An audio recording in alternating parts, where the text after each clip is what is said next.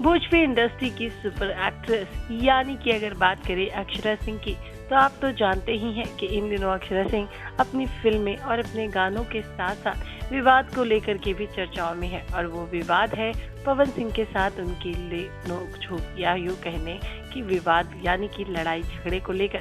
लेकिन दोस्तों, आपको बताना चाहेंगे कि अक्षरा सिंह के इंटरव्यू में एक छोटे से दिए गए बयान की वजह से काफ़ी ज़्यादा बवाल मच गया था।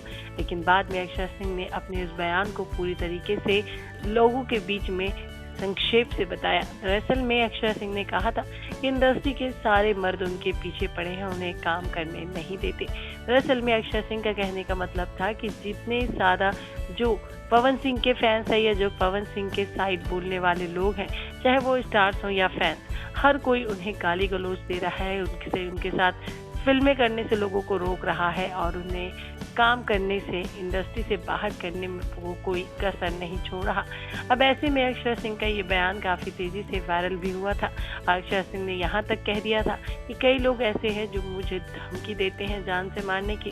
फिलहाल अगर अक्षरा की बात करें तो वो समय पर तो अपने गानों को लेकर काफ़ी चर्चाओं में बनी है।